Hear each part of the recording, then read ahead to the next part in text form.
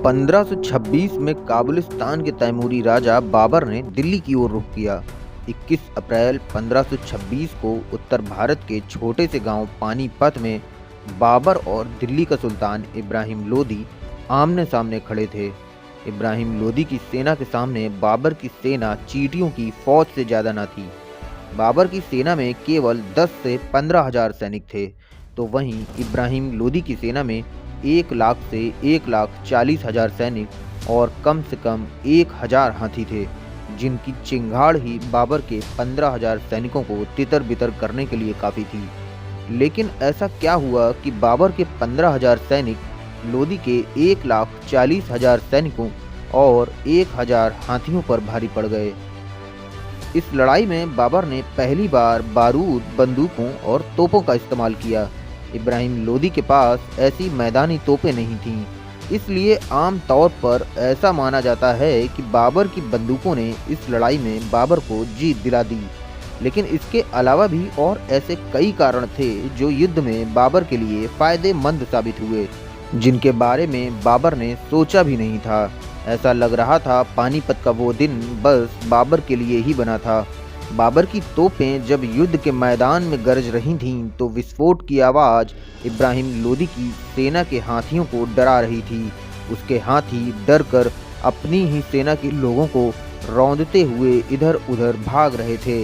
जितने सैनिकों को बाबर की तोपों ने मारा, उससे ज़्यादा सैनिकों को उसकी तोपों की आवाज़ ने मार डाला।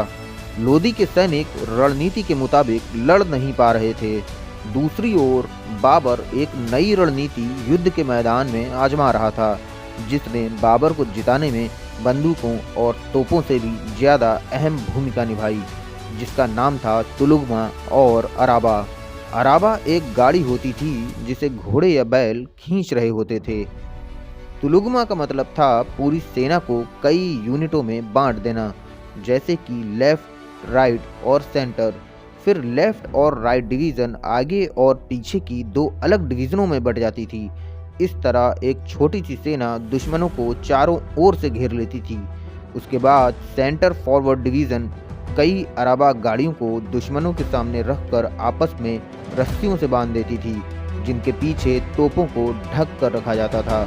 इस तरह तोपों को बड़ी आसानी से दुश्मनों पर दाग दिया जाता था। इन दोनों रणनीतियों ने बाबर की तोपों को और भी ज़्यादा घातक बना दिया था। ये सब देखकर पानीपत के मैदान में इब्राहिम लोदी को उसके सामंतों और सेनापतियों ने छोड़ दिया, जिसकी वजह से इब्राहिम लोदी मैदान में ही मारा गया।